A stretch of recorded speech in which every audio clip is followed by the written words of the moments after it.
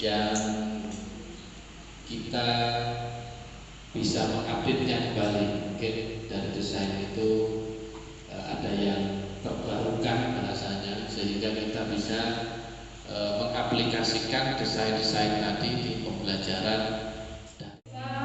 Merancang pembelajarannya melalui pembelajaran daring itu, kemudian menggunakan metode dan model pembelajaran serta media yang bisa disesuaikan dengan pembelajaran daring. Seperti itu. Sebenarnya barunya di situ aja Pak, membuat RPP sebenarnya. RPP-nya di sini pun kita membuat RPP yang 1 lembar itu yang sudah direvisi di tahun 2019 kalau nggak salah gitu.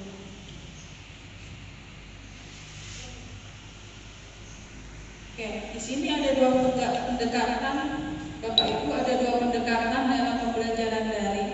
Ada sinkronus dan ada asinkronus. Mungkin ini sudah Bapak Ibu laksanakan di pembelajaran antara guru dan siswa yang dilakukan waktu yang bersamaan menggunakan teknologi video conference atau chatting.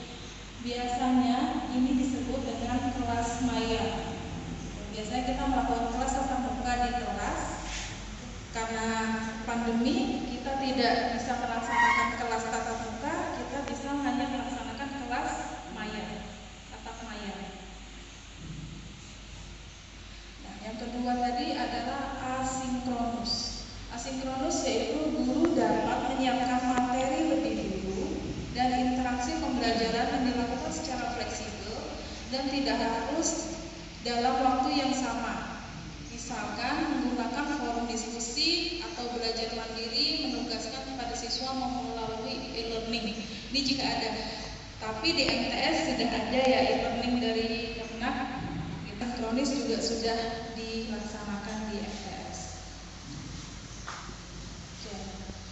Merancang pembelajaran daring, apa saja sih yang harus kita lakukan dalam merancang pembelajaran daring ini? Yang pertama, konten. Buat dan unggah konten atau materi pembelajaran sedemikian rupa secara sistematis, logis, menarik dan menantang bagi siswa. Pilih tools atau aplikasi pembelajaran yang familiar, ringan dan menarik dan menantang siswa. Pastikan terjadi aktivitas reflektif. Fasilitasi interaksi dengan aneka ragam interaksi. Jadi menggunakan banyak sumber data untuk mengevaluasi siswa. Jadi YouTuber yang suka membuat video bisa dikatakan tatap muka maya. Jadi tatap muka maya itu biasanya dibantu pakai WA group paling banyak sekali. Di masa pembelajaran daring ini bisa dilakukan melalui ini masuk kepada rancangan desainnya apa saja tahap, karena kita sudah tidak dipersulit dengan RPP yang mungkin bisa saya simpulkan sedikit dari pembahasan materinya di sini. Dalam pembelajaran daring pada masa new normal ini mungkin kita para guru lebih banyak menggunakan media sosial, harus cakap atau bisa menggunakan media sosial atau yang segala sesuatu yang berbasis online, baik itu penugasan secara online atau menggunakan media-media yang sudah ada di internet atau baru membuat yang bisa diunggah juga untuk menambah daftar media pembelajaran yang digunakan untuk guru-guru saat masa pandemi sekarang ini. Baik.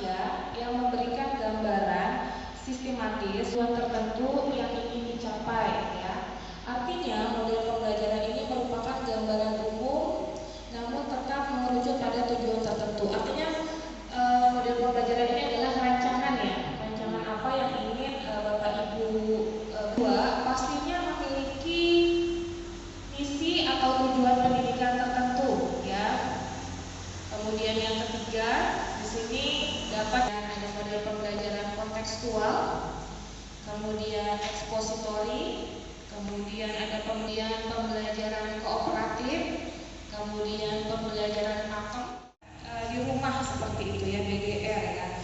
Nah, biasanya pembelajaran di rumah ini yang menjadi kendala dari Bapak Ibu ya, atau misalnya orang tua di rumah biasanya terkadang kenapa kok dalam pembelajaran BDR itu biasanya guru orang tua itu yang biasanya kalau misalnya mengerjakan soal gitu, kadang ada yang kesulitan anaknya, orang tua yang menjawab. Jadi terkadang kalau BDR ini memang lebih, kalau dilihat nilainya kebanyakan anak-anak itu nilainya lebih bagus ya dibanding misalnya tatap langsung, karena kalau tatap langsung kan kita tahu pasti nih siswanya ini seperti apa gitu. Kemudian lanjut. Nah, ini tadi sebelumnya ada juga yang dijelaskan oleh seperti dari ini ya, kita juga harus komunikasi kepada siswa. Apalagi atau misalnya diajarkan misalnya jangan lupa misalnya seperti menggunakan masker, cuci tangan dan yang lain-lain. Nah, ini adalah model pembelajaran daring. Yang pertama adalah berkolaborasi. Yang pertama adalah project based learning ya. Nah, di sini berkolaborasi, kemudian bergotong royong, empati dengan sesama. Kemudian yang kedua di sini adalah dari metode ya. Dan saya kembalikan ke moderator Mbak Oning ya.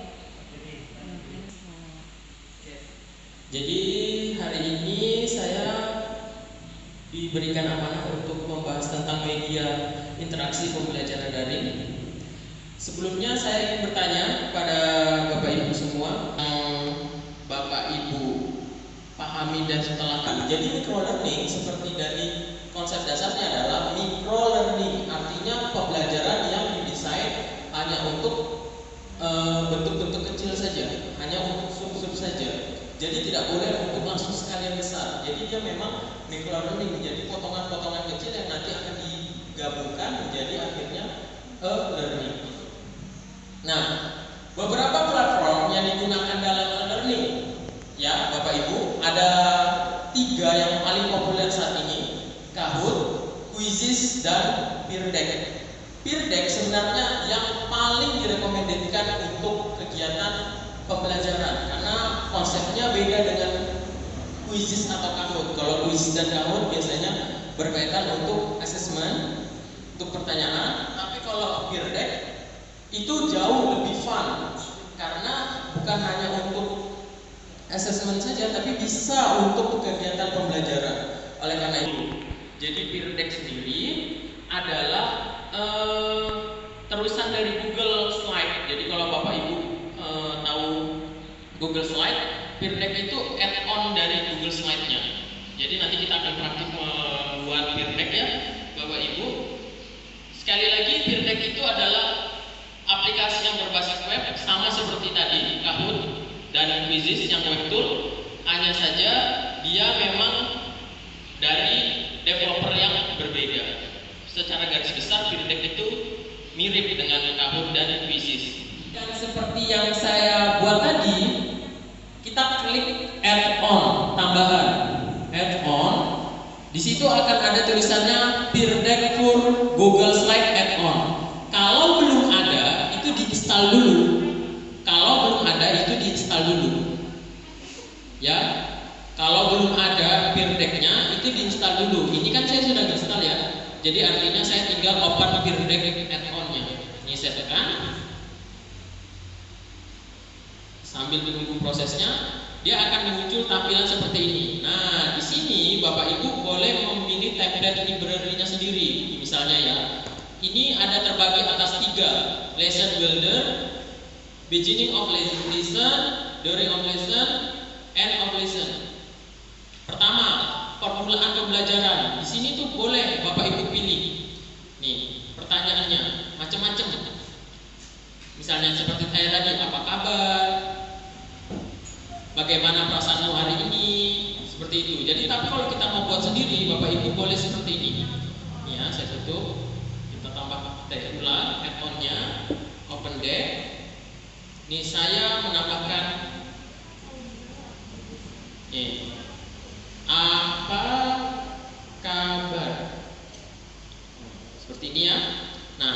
sini ada 6 jenis pilihan yang akan Bapak Ibu pakai. Boleh teks, artinya nanti di sini Bapak Ibu, nah ini tampilannya. Ini student device, nama ini classroom projector. Ini yang akan nanti kalau Bapak Ibu join, ini nanti tampilan dari muridnya. Yang di HP Ibu itu nanti ini tampilannya. Sedangkan ini yang di gurunya nanti. Ya, jadi kalau Bapak join tadi tampilannya seperti ini. Nih kalau saya update slides, nih adding interactive question. Apa kabar? Nah, nih kalau saya bagikan ya, nih kalau saya bagikan slide-nya nih, misalnya ini saya bagikan ya slide-nya. Apa kabar? Student write respond, nanti Bapak Ibu tulis baik, apa yang seperti yang tadi. Jadi akan muncul otomatis seperti ini.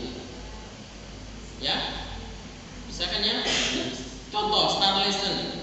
Kita mulai. Coba Bapak Ibu join PD ulang dari satu pertanyaan yang saya buat tadi. Join PD yang tadi, joinpd.com.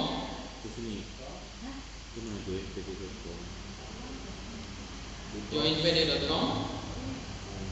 Nah ini kodenya beda ya, CNZ spasi GYC ini joinpd.com, joinpd.com ya, ini joinpd.com spasi kodenya kalian di bidang pengembangan R&D. Jadi ini pengembangan web tool. Jadi media pembelajaran berbasis web. Jadi kalau misalnya ada yang bingung, bisa ngambil ini untuk skripsinya ya. Kita sudah jawab. Tuh, API, alhamdulillah sehat luar biasa. Dan itu semua jawabannya tuh nanti bisa dilihat oleh proyektor gitu. Device-nya pembelajar itu tidak bisa melihat jawabannya. Yang bisa melihat tuh hanya gurunya atau yang membuat peer deck-nya.